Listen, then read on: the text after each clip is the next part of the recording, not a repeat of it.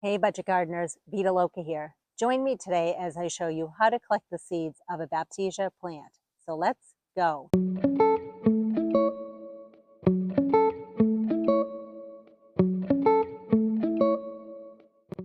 Baptisia, also known as false indigo, is a perennial here where I live in New Hampshire, Zone 5B. I've had a lot of success collecting the seeds and starting the seeds using the winter sowing process.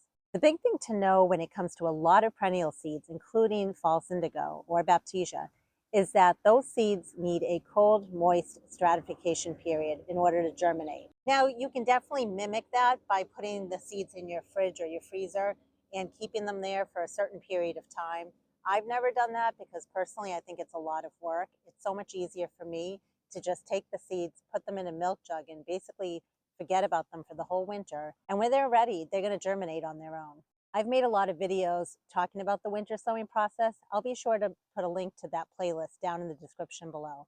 Look how cool the seed pods are. They look basically like the seed pods off of a pea plant. You want to make sure you wait until your seed pods are a black color. If they're a green color like this, that means that the seeds that are in there are most likely not ripe yet.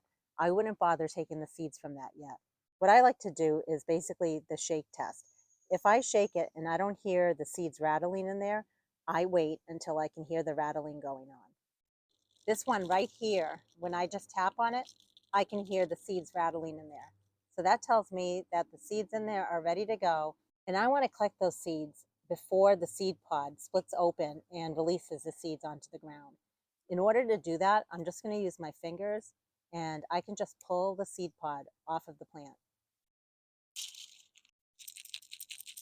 Do you hear all the seeds in there? Here's a close-up shot of the seed pod, and you can see how big it is compared to my fingers. And notice that the seed pod has not opened yet.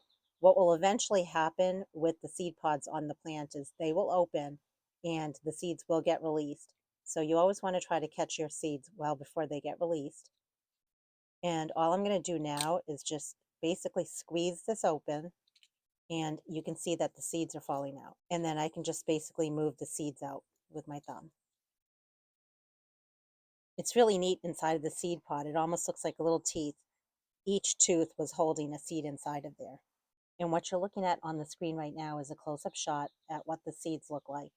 And I'm putting my thumb in there just so you can see how small the seeds are compared to my thumb. Notice there are quite a few seeds that came out of just that one seed pod. I wanted to show you for demonstration purposes what the seeds look like inside of a seed pod that's not fully ripe yet. So you can see the difference. Here are the seeds that are ripe, and again, notice how small they are. And then notice the color of the seeds that are not ripe. And also, what's interesting, notice how big they are. So you don't want to collect the seed pod unless it's this dark color. These seeds will not germinate. They're not viable. When it comes to storing the seeds, step number one after collecting them is to let them dry out a little bit. If they were very, very wet and you store them, they could rot. So you want to make sure that you're not storing any of your seeds wet. I normally will leave them on a paper towel or a paper plate, anything that can absorb some of that moisture. And I'll put it somewhere where they're not going to fly away and let them sit there for about a week, just so that the seeds can dry out a little bit.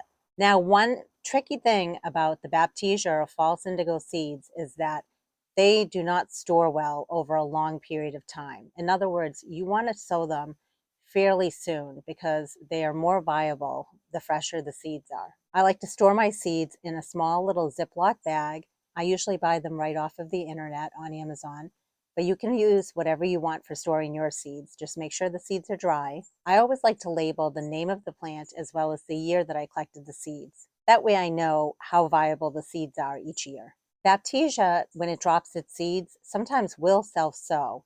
But what I've found is I have the best germination rate when I actually do the winter sowing method.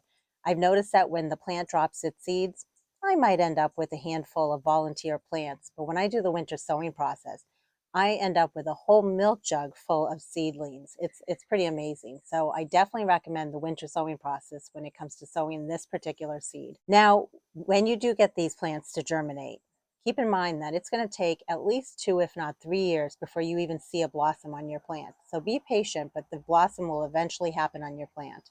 Baptisia has a taproot. It does not like to be moved around and have its roots disturbed. So what I tell a lot of people is, if you are going to plant this plant in your landscape, make sure you put it in a place where you don't plan to move it again.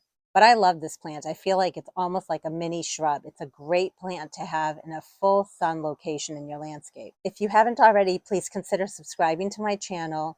Hit the notification bell so that you don't miss any videos as I make them, because I'll be making a lot more videos on how to collect seeds from lots of different other plants. If you have any comments or questions, as always, please drop it down in the comment section below. I'd love to hear from you. And until the next video, make it a great day with gardening.